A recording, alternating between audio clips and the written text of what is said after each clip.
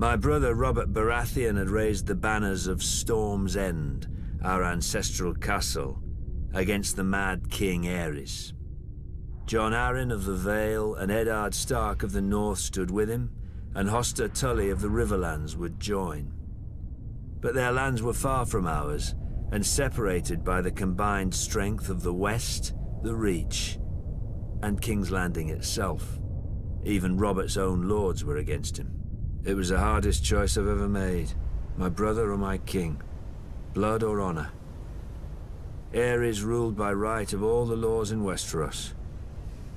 Everyone knew the price of defiance, but there are deeper, older laws. The younger brother bows before the elder. I followed Robert. Early in the war, Mace Tyrell's indecisive victory at Ashford cut Robert off from Storm's End. Instead of pursuing Robert and risking his record, Mace Tyrell turned east and laid siege to our home. His vast army and navy encircled us and prevented any resupply by land or sea. If a wagon tried to reach us, it was burnt. If a ship tried to land, it was sunk. We were locked in Storm's End to starve, but Robert commanded me to hold the castle no matter the cost. He could ill afford to lose his ancient seat, which had never fallen. While Robert smashed Rhaegar on the Trident, my men ate the dogs, because the horses had already been devoured. While the Lannisters sacked King's Landing, we ate the rats. If the smuggler Davos had not slipped through the Tyrell blockade with his onions, we'd have eaten our own dead. But I held the castle until Lord Eddard remembered us and marched to lift the siege. The Tyrells didn't even put up a fight. And Robert threw a feast to celebrate Lord Eddard's victory.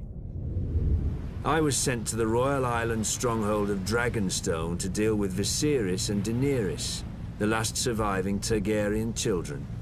Before I arrived, however, they escaped across the narrow sea. Robert was furious. He stripped me of Storm's End and gave it to that prancing fool Renly, my younger brother. I could keep Dragonstone. Now Robert is dead, and a bastard pretender soils my throne while the realm fills with schemers and traitors. But the rightful king is coming for them all, and I will not stop until I have scoured this land clean of abomination. The Baratheons say, ours is the fury. I will show them. Fury burns.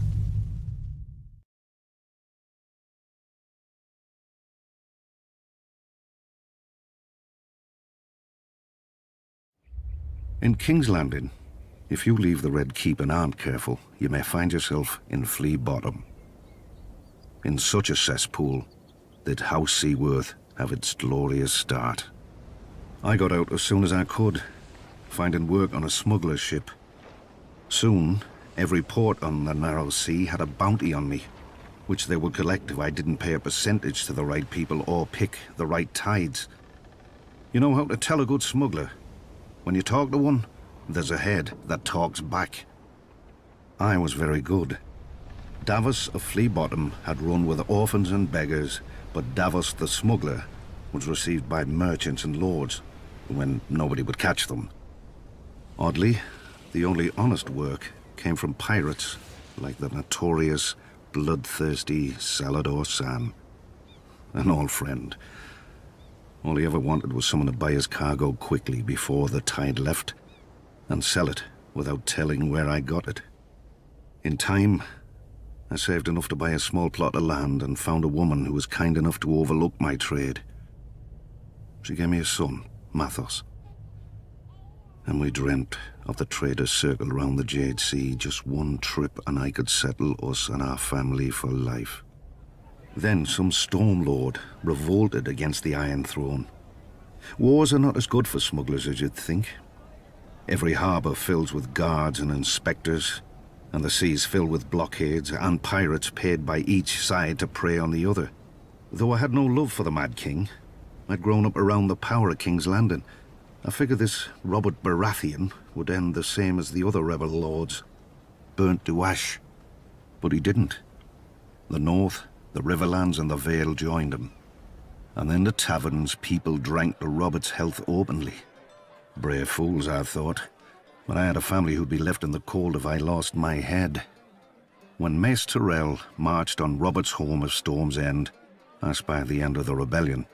The castle was garrisoned by Robert's younger brother Stannis and a small guard, and would not hold out for long.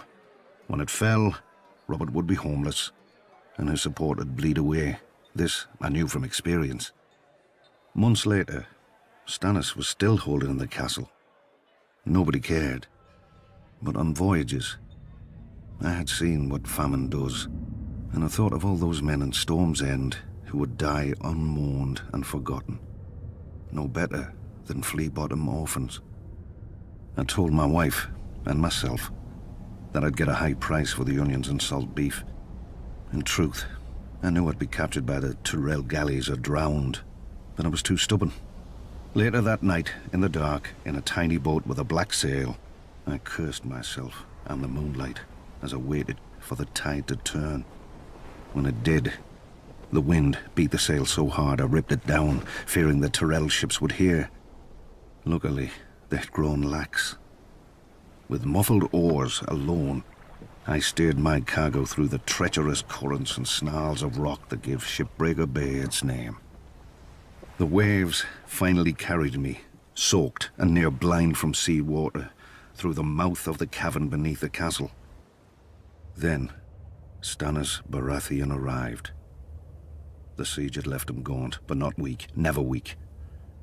He greeted me and accepted my onions with cool courtesy, betraying no emotion, even as all wept. He doled out the food to his wife and each of his men before he ate himself, a portion no larger than any other. When he finally thanked me, I could see his mind had already returned to the castle's defense. His duty.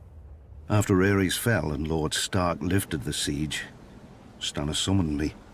For my salvation at Storm's End, I was to be granted a knighthood, a keep of my own, and my son taken into Stannis' personal service.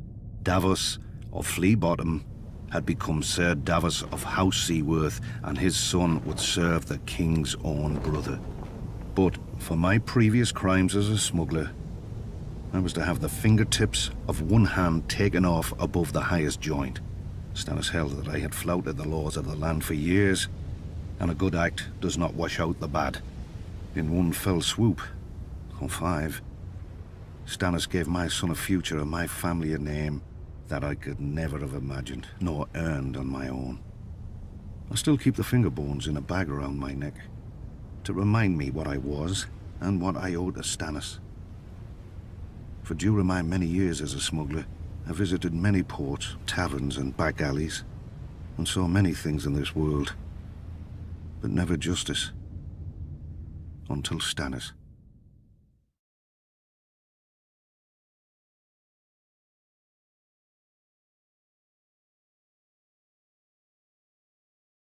Some great houses call us upstarts.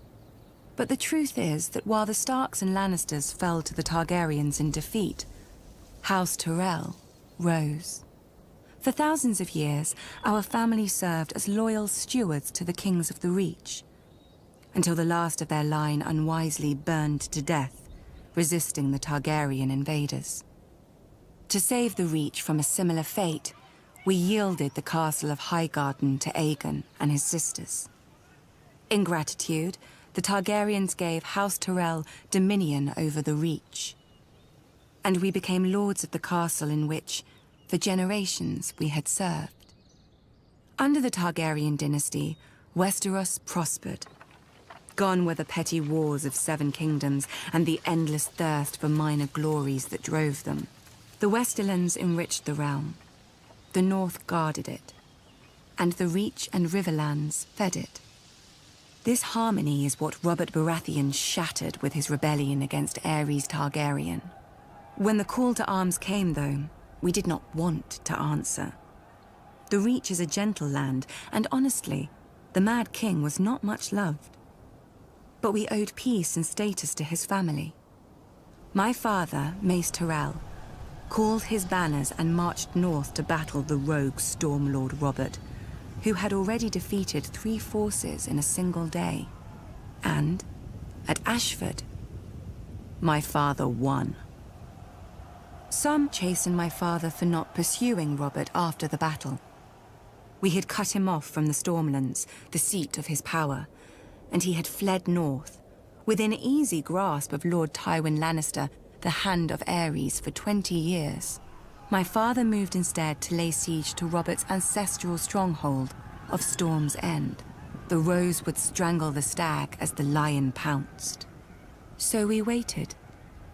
But the lion slumbered, and Robert slipped past the king's forces to join Ned Stark. We could have lifted the siege and deployed our armies north to aid the crown. We could have stormed the walls of the castle and made Robert homeless. But we had ample supplies, control of land and sea, and most of all, patience. Our siege would succeed, eventually, at little cost of life to us. If Robert prolonged the war with minor victories, our capture of Storm's End would hasten his downfall. And if Robert won the war, well, it would not do for him to find us in his halls with the bodies of his brother Stannis and his sworn men. When the lion finally showed his colors and purged King's Landing, we knew our cause was lost. My father chose the peaceful route and bent the knee to Robert, who heartily pardoned us. Strange, considering how we'd beaten him and starved his brother to the brink of death.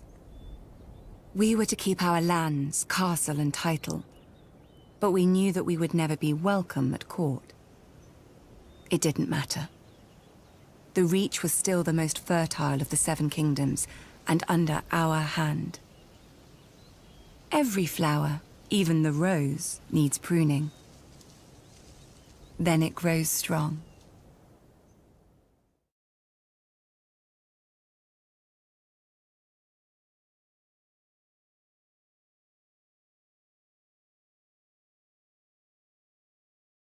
Family, duty, honor.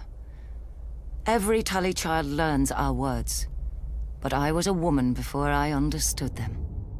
Years before, my father had taken to foster the son of a wartime friend, a minor lord on the Fingers. The boy had arrived at our castle as Peter Baelish. Due to his home and size, my brother soon named him Littlefinger. When I came of age, Brandon Stark of Winterfell sought and won my hand. To my father, Brandon was heir to the north and a suitable match for a daughter of House Tully. To me, Brandon was wild and terrifying, never far from laughter or trouble. I loved him with all the fire of a first passion, much I came to realize as Peter loved me. When Peter heard of my engagement, he challenged Brandon to a duel. Peter survived only because I begged Brandon not to kill him. I still thought of Peter as family. Now, I wish I had let him die. Only days before my wedding, when I thought to be happy forever, Prince Rhaegar Targaryen abducted Brandon's sister, Lyanna. Hot-blooded as always, Brandon immediately rode for King's Landing to demand justice, which the Mad King Aerys Targaryen gave him, in his own twisted fashion. The day the Raven arrived with the news of my Brandon's death, I locked myself in a room and refused to eat for days, until my father reminded me of my duty. I was to marry Eddard, Brandon's younger brother, a man whom I had never met, though of whom none spoke ill, or spoke anything at all. Our union would cement an alliance of the North, Vale, Stormlands, and Riverlands in rebellion against the Mad King. I was a Tully. I did my duty. We were married quickly, and were spared only one night before he had to return to the field. I spent the war by the windows waiting for a raven to hear if my son would grow up fatherless or at all. We knew the price of defeat. I scoured the kitchens and washing rooms for any and all gossip. Robert had won and crushed the Mad King. Robert had lost, but Jaime Lannister was now king.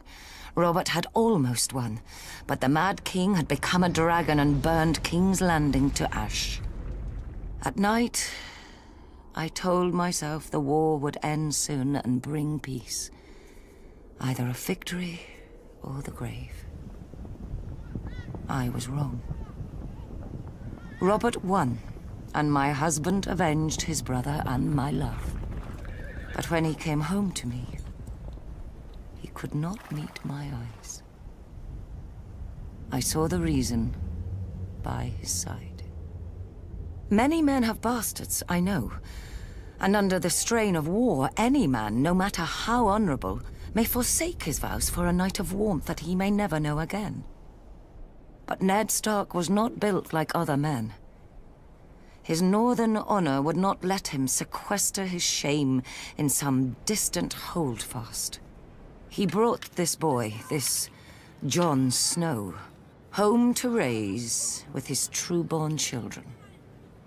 My children. Yet even these bitter memories are sweet now. They are all I have left of my Ned. Our family is broken and scattered, and our son must wage a war for the pieces. We need to go home. The Starks are of the north, and, like the snows of winter when they come south, they melt away.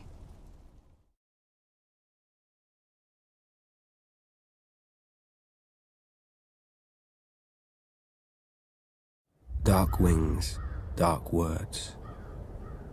I was only a boy when the Raven came to call my father, Lord Eddard Stark, to another war. Balon Greyjoy had razed the Iron Islands in revolt and burned the Lannister fleet at anchor. King Robert Baratheon again needed his old friend. My mother Catelyn was not happy to lose her lord husband to Robert again. 6 years before, he had left her to avenge his father and brother against the Mad King. But now he had sons and daughters of his own, and, unspoken, another son who wasn't hers from the last time he went to war. My brother, Jon Snow. But she knew that in marrying my father, she had married the North. We hold our honor and duty as dear as our old gods.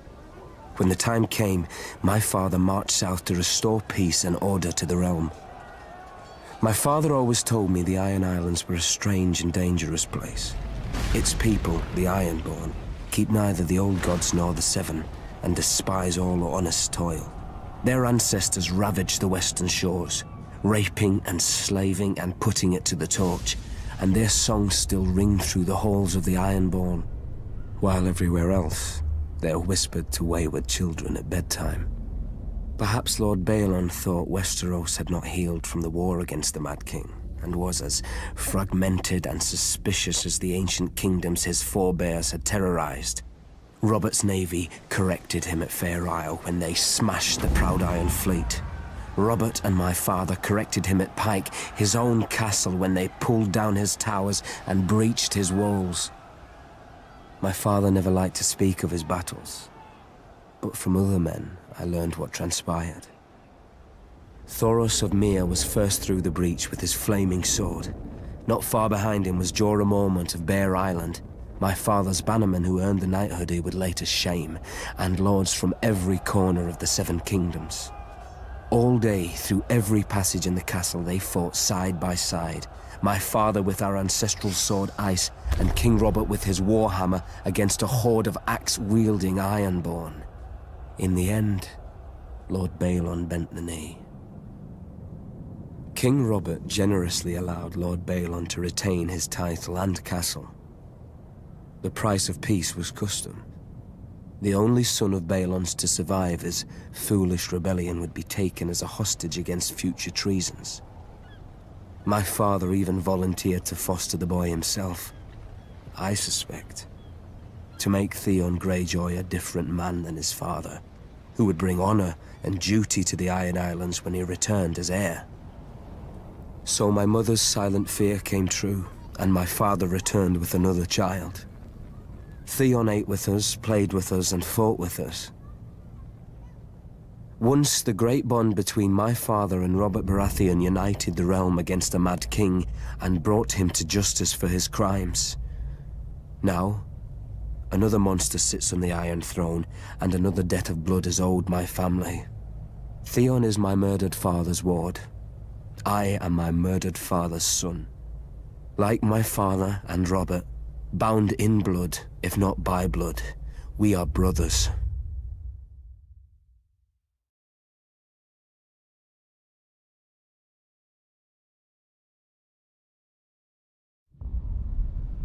When Aegon and his dragons burned Harren the Black and all his sons at Harrenhal, the days when men feared the sight of our longships were over. Aegon would not permit marauders and raiders in his 7 kingdoms. With Harren died our empire, and the old way that forged it. But what is dead may never die. 6 years after Robert Baratheon won his crown, my father, Balon Greyjoy, sought to restore our ancient rights.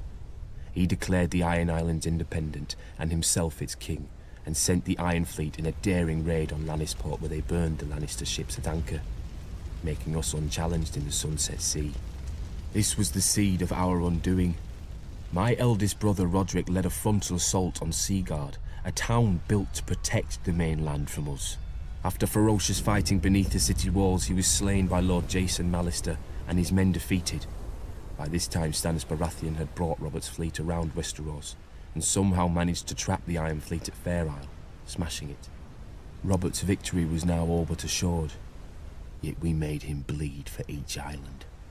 Stannis Baratheon captured Great Wick, the largest of the Iron Islands, and Ser Barristan Selmy himself subdued Old Wick.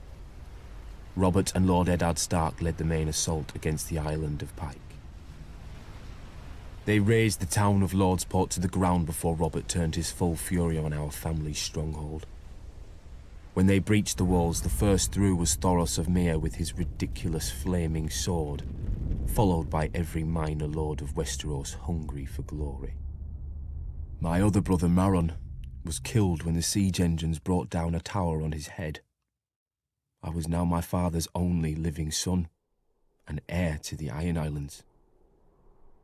When my father saw his cause was lost, he wisely conceded defeat to Robert, who otherwise would have pulled down our castle stone by stone with us in it. As my father said to me then, no man has ever died from bending his knee. He who kneels may rise again, blade in hand. He who will not kneel stays dead, stiff legs and all. As it stands, Robert allowed my father to keep his lands and title as Lord of the Iron Islands, King of Salt and Rock, Son of the Sea Wind, Lord Reaper of Pike, for a price. His last son and heir shipped off to Winterfell as an honoured guest. I would eat at the Stark's table and play with the Stark children. And if my father rebelled again, Lord Eddard Stark would take his sword and cut off my head. It would be his duty.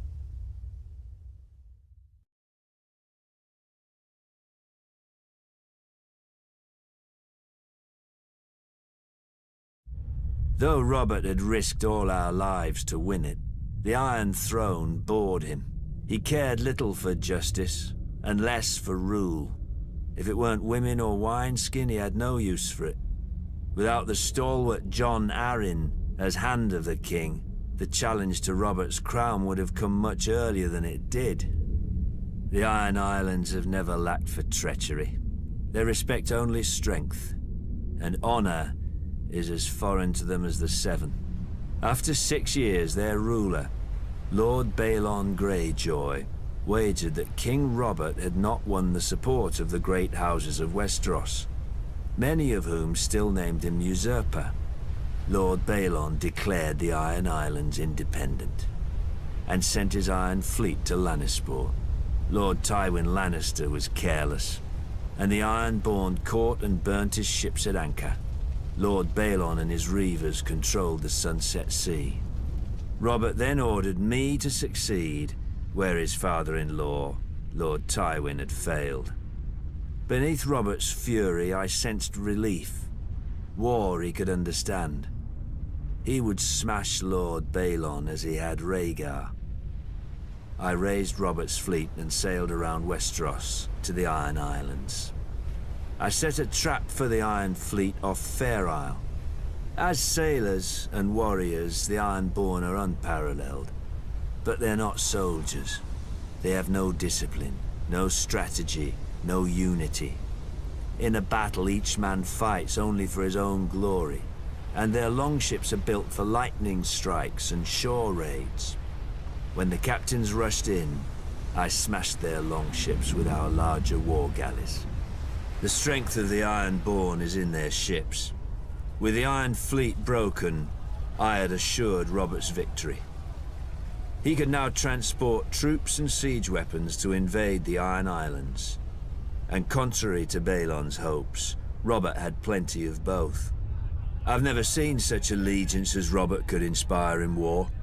Enemies who tried to kill him one day would be drinking with him the next under their own fallen banners. In rebelling against the Iron Throne, Lord Balon did more than Robert ever could to cement his rule. When Robert came to the Iron Islands, he brought with him the full power of Westeros. Sir Barristan Selmy of the King's Guard led the assault on Old Wick, while I subdued Great Wick, the largest of the Iron Islands. But Robert saved the seat of House Greyjoy, Pike, for himself and Lord Eddard. Robert would later boast of the battle's bloodiness and how he could have torn down the island into the waves if Lord Balon hadn't bent the knee. But if I'd have led the assault, Balon's neck would have bent, under his sword, because I do not forget, I do not pardon. His time will come. All their times will come.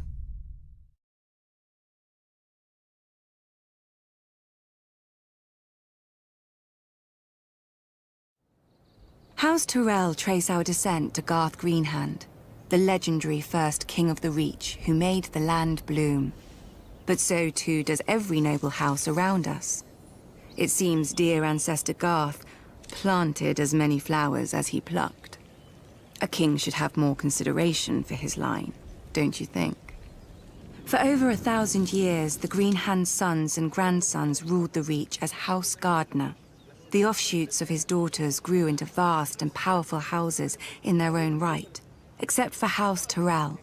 We chose instead to serve our Gardener cousins faithfully as stewards, to manage their stronghold of Highgarden and the daily affairs of the Reach. Our words are growing strong. And under our stewardship, the Reach did just that. As did we. Until a blundering king almost cost us everything. Aegon Targaryen had landed in Westeros. King Mern allied us with the Rock to repel the upstart's army. One can only marvel that King Mern did not reconsider when he saw the living dragons against him. Perhaps he should have sought counsel from his trusted stewards before he set out. Then again, perhaps he did. At the Field of Fire, Aegon, and let us not forget, his sisters, burnt the combined armies of the Reach and Rock. King Mern paid for his misjudgment with his life and that of his ancient family. In a day, the Reach had lost its king, its ruling house, and most of its army. Thankfully for everyone, my ancestor, Harlan Tyrell, had better sense. Until the Maesters sorted out the entail among Mern's cousins, Harlan the Steward was acting Lord of Highgarden. To ensure peace and life in the Reach, he would yield the castle to Aegon. The other castles and families would then follow, as they had since the Dawn Age. Aegon had a continent to conquer, and the fertile Reach was too valuable to raise. He accepted Harlan's proposal and welcomed our lands into his kingdom. To show his gratitude, Aegon entitled Harlan to Highgarden, the castle his family had served for 1,000 years, and made House Tyrell his wardens of the South, choosing us over older, greater families in the Reach. Our house thus owed everything to the Targaryens. So is it any wonder we stayed true to King Aerys, even during his madness, and even after Robert Baratheon rebelled? Some may question my father for laying siege to the Baratheons' home, instead of marching to aid Prince Rhaegar before Robert could kill him and scatter the royal army. But let us not forget that we had already dealt Robert his only defeat of the war at Ashford. If Lord Tywin Lannister had not vanquished the Mad King so suddenly, our siege would have destroyed Robert's home and his brothers and won the war for Aerys. But when the Targaryens fell, House Tyrell again chose peace and prosperity over war and devastation, and bent the knee to King Robert Baratheon, first of his name. We returned to Highgarden to manage the affairs of the Reach, as we had for thousands of years, and will for 1,000 more. Other great houses take lions and wolves for their sigils, and draw their power from the gold in their mountains or the cold of their winters. But mountains run dry, winter yields to spring, and the rose blooms once more.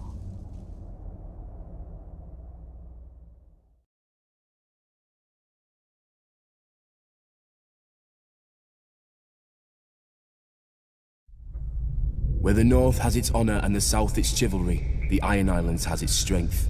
We call ourselves the Ironborn, and we are warriors feared throughout the Seven Kingdoms.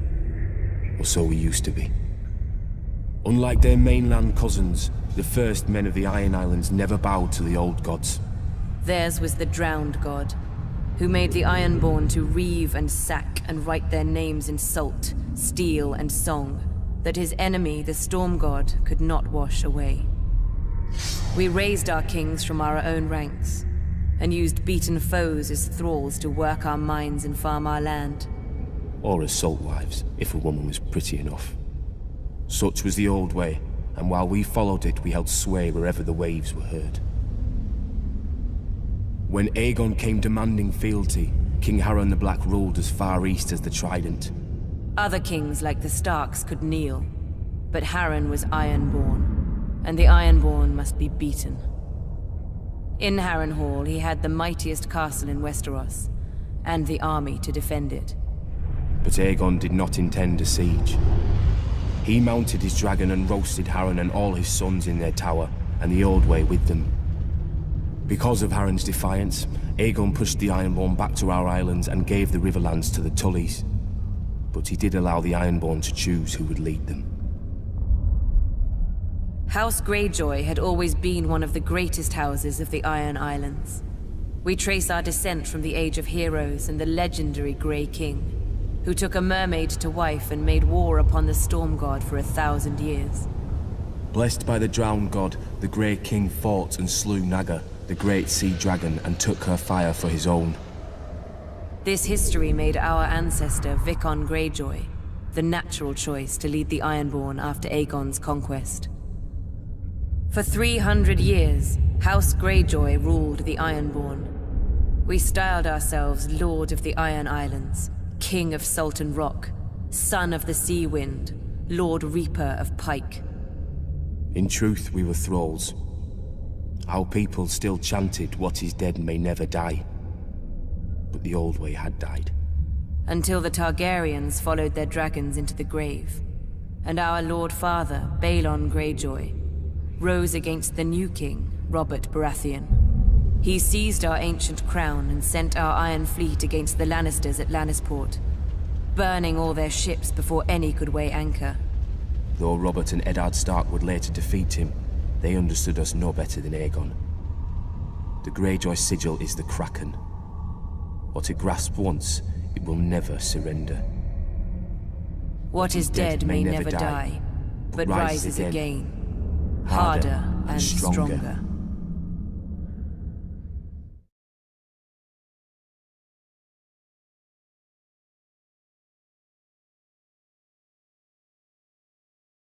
Honor, glory, lies to make idiot boys want knighthood, and idiot girls spread their legs for it. Let me tell you what makes a knight. Killing. Either enough men, or the right man. House Clegane should know. We're very good at both. Most families claim some great ancestor so far back that nobody can prove them liars. Not us. My grandfather kept the kennel for Lord Titus Lannister of Casterly Rock, the father of Lord Tywin. Lord Titus was a weak man who didn't know it. One day while hunting, he stumbled on a lioness. Instead of embracing the man who wore her on his banners, she tried to tear out his throat. Lucky my grandfather came up with the dogs and drove the big cat away. As a reward, the Cleganes got lands and a keep and a son to squire for the Lannisters. We took the 3 hounds who died for them as our new sigil. When Tywin Lannister became Lord of Casterly Rock, he wanted more from his former kennel master than fealty. He bet that training hounds to kill isn't far from training boys to kill. In just 2 generations, my brother Gregor and I proved him right. I gutted my first man at 12. Years after, servants started disappearing in our keep, and even a sister I don't remember. But nobody could prove anything against Gregor, or dared if they caught him at it. For my father wanted a knight in our family, and thought he'd found one in Gregor, who at 13 towered over enough men that they called him the Mountain. Sure, Gregor looks quite the champion from a distance, but a mountain can't cleave a man in half with one blow, and won't break a wench's face if she talks. Through Lord Tywin's influence, Prince Rhaegar Targaryen kindly anointed my brother personally. A great honor for our family, everyone said. 1 year later, Sir Gregor chivalrously sacked the prince's city, brained the prince's baby, and raped and murdered the prince's wife, winning our family yet more honor from the new king and queen. Soon after, my father died. They say in a hunting accident. The same day that Gregor became lord of the Clegane lands, gold and anything under his roof, I left our home to take service at Casterly Rock. Lord Tywin is not like his father. Neither is King Joffrey, or the likes of me would never be on the King's Guard, with all those true knights. Between them, a man who serves the Lannisters will never lack for killing. I'll guard this king, such as he is. Gregor will kill the other ones, such as he does. When we're done, we'll see how many people still believe in songs and fairy tales.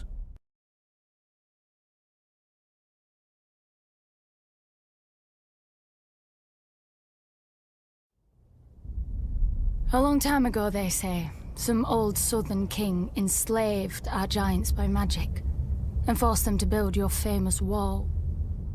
Then he kicked all of my kind to the other side and raised an army to keep us there. And we're the uncivilized ones. Wildlings. Might be Sir King was wise. Even a giant can be made to kneel, but only if he wants a better crack at your head. The free folk don't follow a man because his father tells us. If the king's son was brave and strong, aye, we'd follow him as if we did his father. If he wasn't...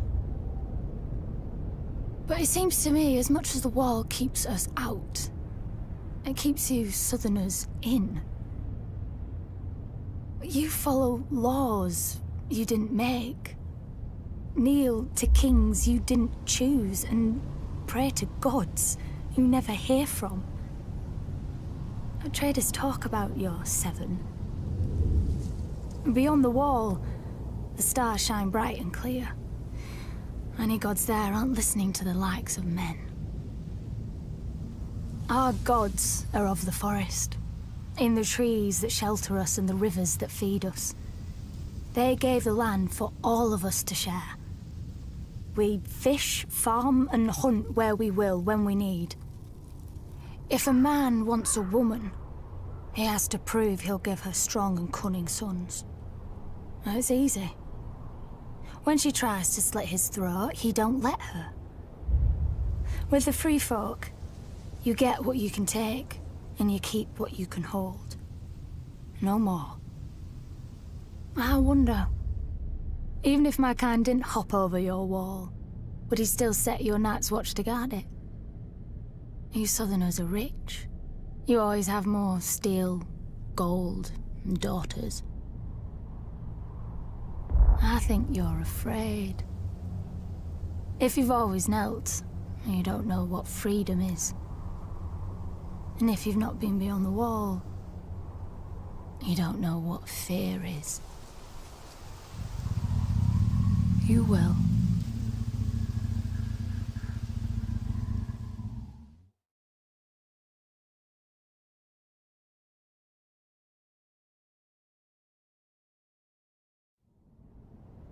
Swords in the darkness. Aye. The Black Brothers of the Night's Watch are that, at least. As too many of the free folk know. You Southerners are strange. A man murders, and you train him to kill better.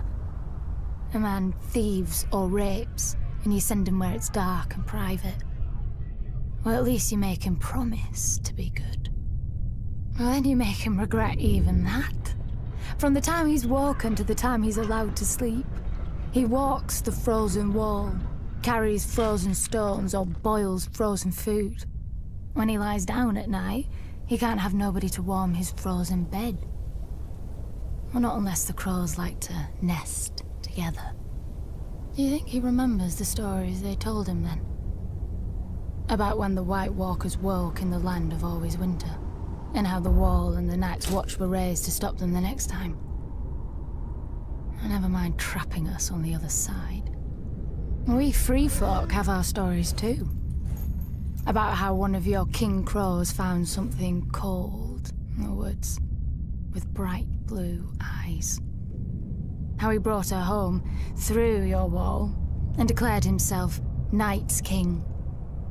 13 years he and his queen ruled over his brothers, making sacrifices as black as their cloaks. Lucky for you Southerners, the free folk rallied to a king beyond the wall, as we will when need be, and marched on the ancient castle he'd taken for his own, the Night Fort. With the help of the Starks, we killed the demon and cleansed your precious watch. And then they thanked us, and kicked us back across the wall. As you always have. Gendel, Raymond Redbeard, the Horned Lord, each chosen as a king beyond the wall, each promising victory. And all falling to the Night's Watch and the Starks. But this time is different. Our new king knows your tricks. You called him a brother crow once, but you never forgot his wings. We know how you think. We know where you're weak. Watch for us from your wall, if you like. With the cold, you won't even feel the blade slip into your back.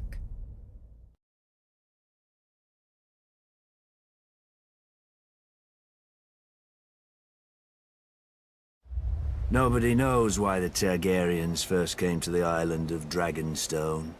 Old Valyria was then at the height of its power and the center of the civilized world, which ended at the Narrow Sea. Westeros was a filthy backwater with 7 kings squabbling over borders and minor glories. So much for progress. The island itself was and is nothing. It had no gold or gems to lure Valyrian nobility. All it has is rock. Mostly a shiny black stone, too brittle for war and too sharp for building. The Targaryens called it dragon glass. I call it useless. But the Targaryens managed to raise a castle here. Simpletons claim they used ancient Valyrian sorcery, forgetting that the Targaryens brought a small army with them from Essos. There's no magic in strong backs, though admittedly the castle is unlike any in Westeros. Foreign and strange. If the Targaryens ever regretted their barren outpost and longed for the comforts of home, the doom made their folly permanent. Valyria collapsed into the waves and was no more. To look east was to see the ruin of their homeland, the greatest civilization before or since.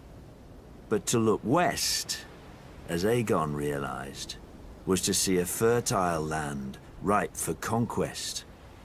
Perhaps even a new Valyria. Though good for little else, Dragonstone was the perfect staging point for Aegon's invasion of Westeros. The Blackwater Bay granted easy access to the continent. The lands there were disputed by three kingdoms: the Reach, the Iron Islands, and the Stormlands. But their capitals were far enough away that none could mount a force before Aegon got a foothold, even if their kings had been able to stop bickering over whose problem he was. Then it was too late. Aegon had chosen his first camp well, with the bay to the east, the river to the south, and open fields to the north and west. His army would be impossible to take by surprise. A perfect site for an invasion, and one day, his capital city, King's Landing. The Doom had taught the Targaryens the prudence of refuge. After the conquest, Dragonstone became the seat of the crowned prince and heir to the Iron Throne. It would serve them well, and me ill, 300 years later, after my brother Robert Baratheon rebelled against the Iron Throne and the Lannisters slaughtered the Mad King Aerys and his royal family. Robert dispatched me to deal with the last surviving Targaryen children, but before I arrived, a loyal knight smuggled them across the narrow sea to safety. Hatred for the Targaryens blinded Robert. Unjustly, I was blamed, and stripped of our family's castle of Storm's End, and given Dragonstone in its stead. Over the years, whenever I demanded my rights restored, Robert would remind me of the island's royal pedigree and pretend he was doing me honor, as if I were one of his tavern girls to be so easily deceived and dismissed. But Robert is dead, and I, Stannis Baratheon, am the rightful king of Westeros. Let the usurpers and traitors sit on the Iron Throne. From Dragonstone, I will be the dagger at their throat.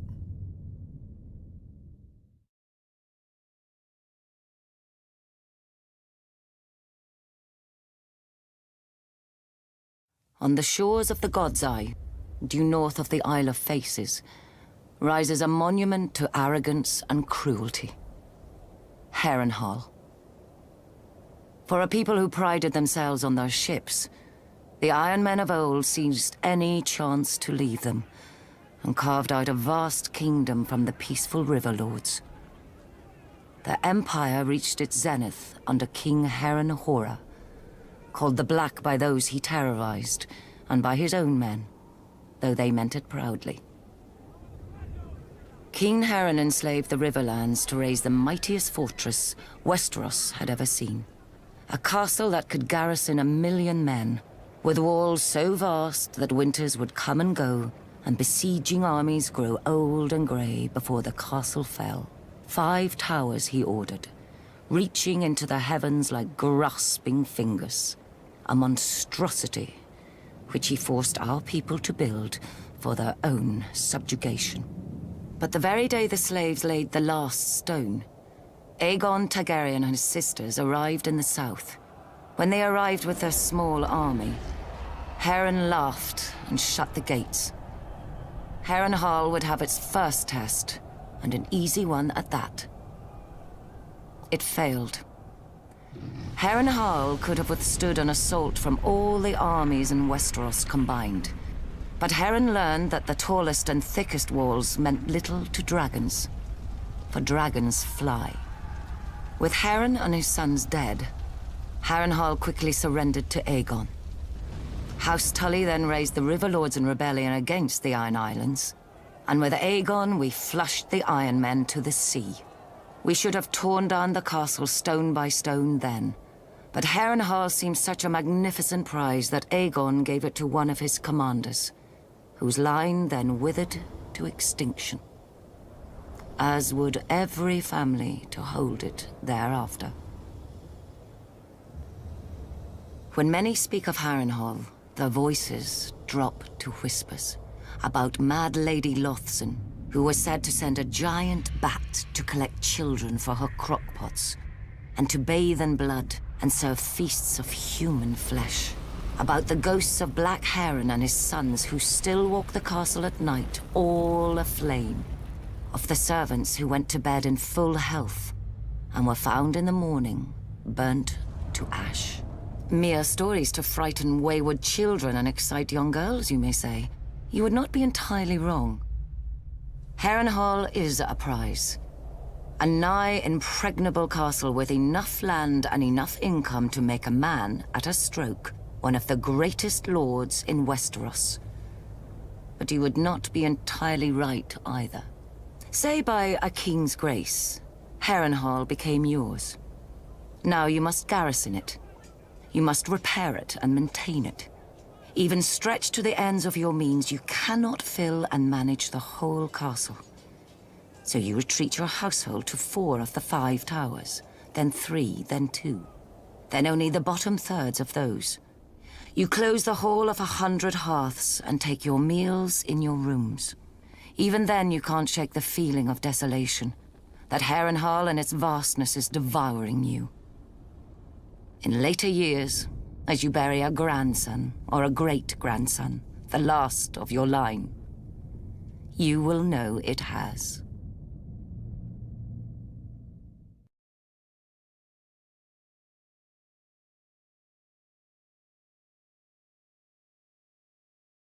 At its height, the Valyrian freehold ruled over half the known world.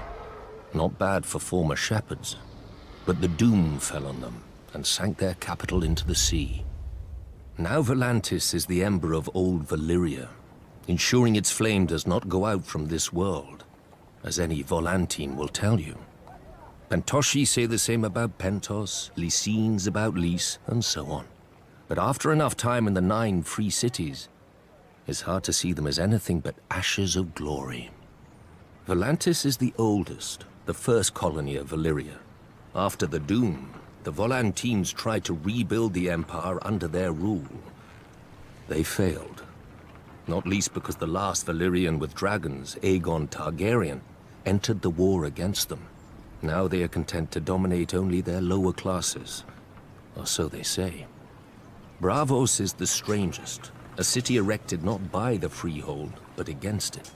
A labyrinth of illusion and deceit to hide the refugees from Valyria's slave lords. After the Doom, the city emerged from the shadows to become one of the greatest banking centers in the world. A man can get anything in Braavos, for a price. Especially death. Your own if you offend one of the swaggering swordsmen that pollute the city. Or, if you're very rich, or very desperate, anyone else's. Lys is the easiest of the free cities, full of pleasure houses catering to every taste, no matter how peculiar. Many men lose themselves in Lys and are never found, at least alive. When a man runs out of coin, the Lycines may grant him their other speciality on the house: poison. Pentos is the most ruthless. The Magisters make a great show of choosing the Prince of Pentos from the great families and granting him the powers of trade, justice, and war, as long as he checks with them first. On the new year, to bring good fortune to Pentos, this prince must deflower the Maid of the Field and the Maid of the Seas. I confess I don't know how each is chosen, or what becomes of them after serving their purpose. But if a crop should fail or a war be lost, the Magisters will slit the prince's throat and choose another.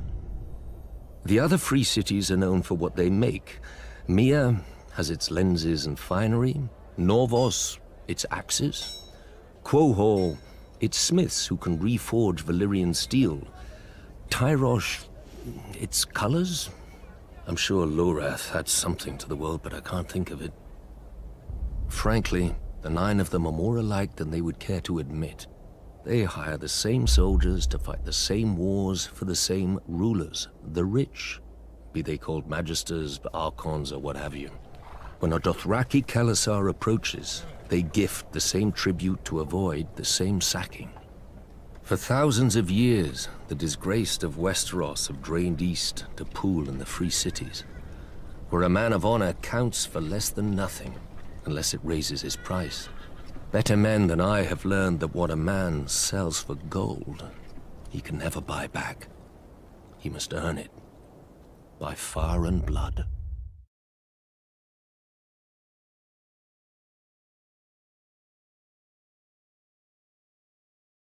Carth has always and only belonged to the Carthene.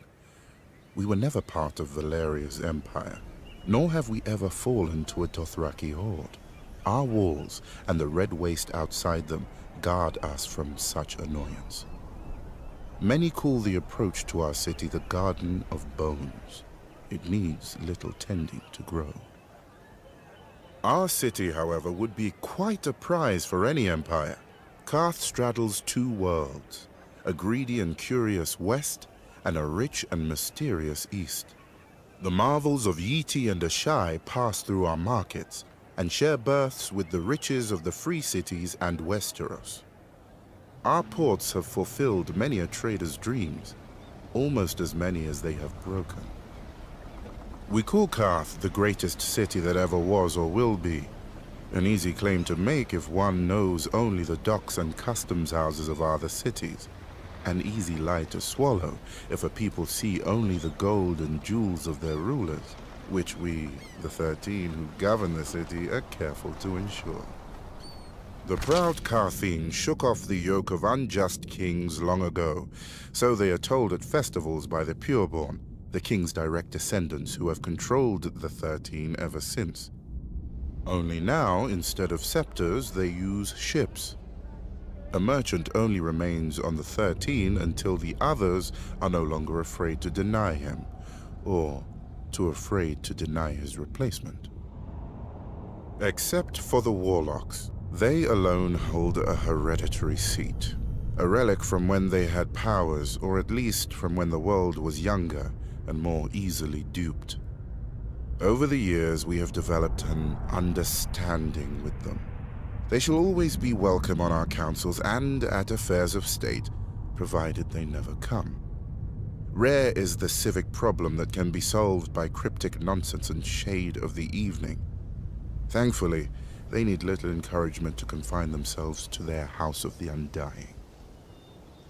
Yet perhaps we Carthene are too confined ourselves. We feel safe behind our walls and our laws, which no visitor can hope to follow, and by which any citizen who vouches for a guest always pays with his life. But like a ship in the summer seas, a city grows becalmed without fresh wind. The greatest city that ever was or will be? An epitaph. I would prefer the greatest city that is.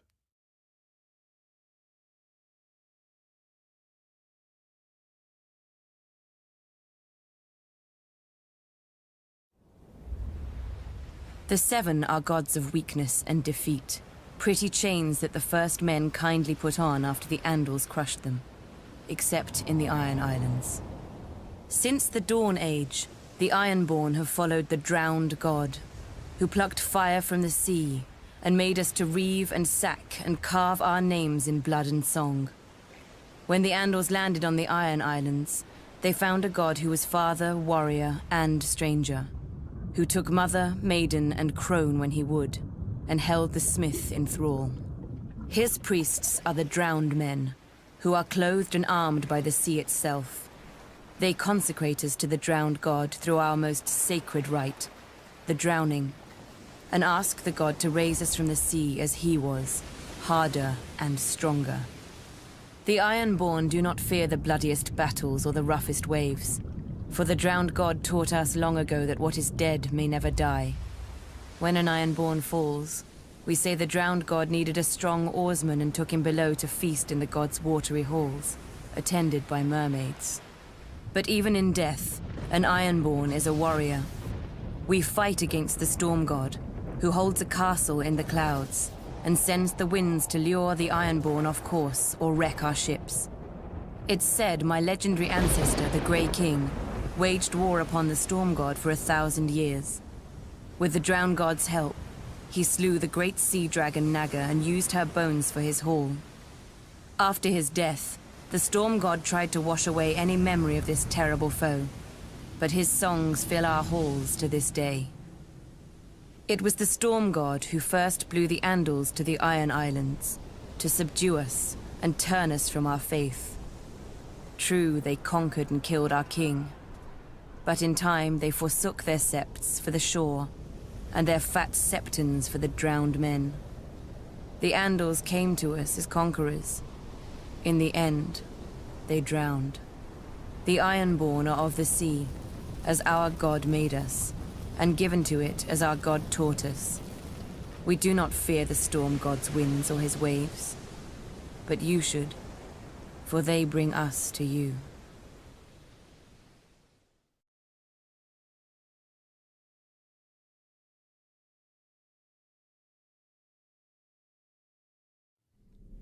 Dragons conquered the Seven Kingdoms, but to rule them, the Targaryens needed a less temperamental tool.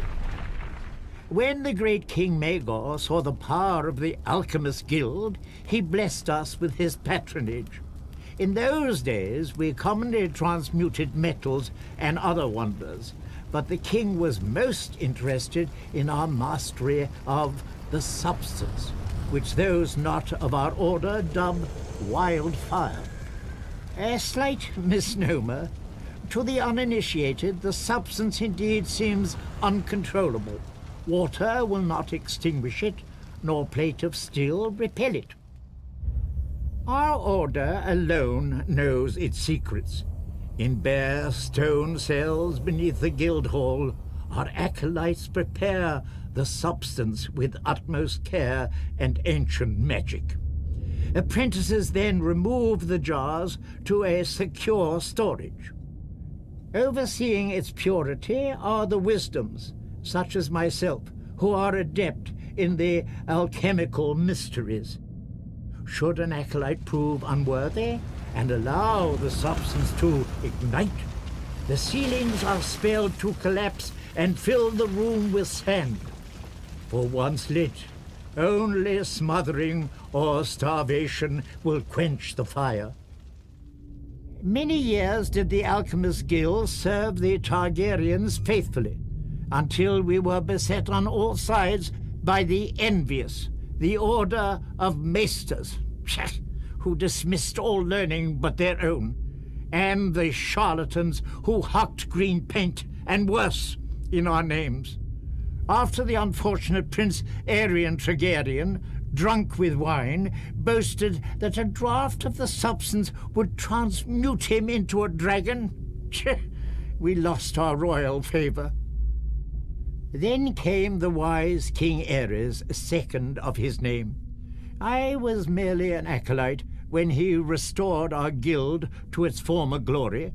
As had his great forefathers, he appreciated our secret arts, even naming Wisdom Rossart as Hand of the King.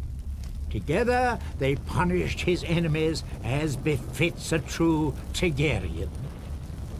During the War of the Usurper, I heard whispers that King Aerys had engaged our greatest wisdoms for an ultimate weapon against his foe. But sadly, King's Landing must have fallen before it could be used, and many of our wisdoms disappeared in the sack of the city, victims of ignorance and envy, as ever, I'd wager.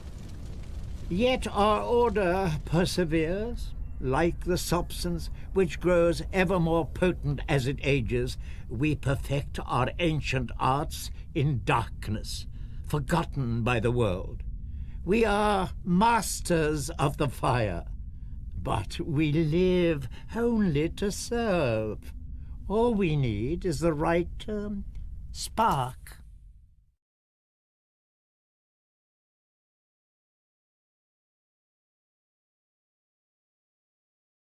The East is plagued with mystics who claim many dread powers but prove only one, separating the foolish from their purses. Not so with the renowned warlocks of Karth. They demand a much dearer coin in return for their parlor tricks: respect. Once, the warlocks truly were mighty, or so they would have us believe. I do not doubt they have many secrets. They are an old order, and one does not obtain a seat on the 13, the governing council of Karth, without making 12 of our most powerful citizens afraid to forbid it. Thankfully for Karth, the Warlocks exert little influence in our politics. They rarely leave the confines of the House of the Undying, a pompous name, but, I admit, a strange and dark tower. It is said that none who enter ever leave. Of course, since there are no visible doors, I have to believe none ever enter either. We can only imagine what the Warlocks do inside. I wager we do not have to imagine much.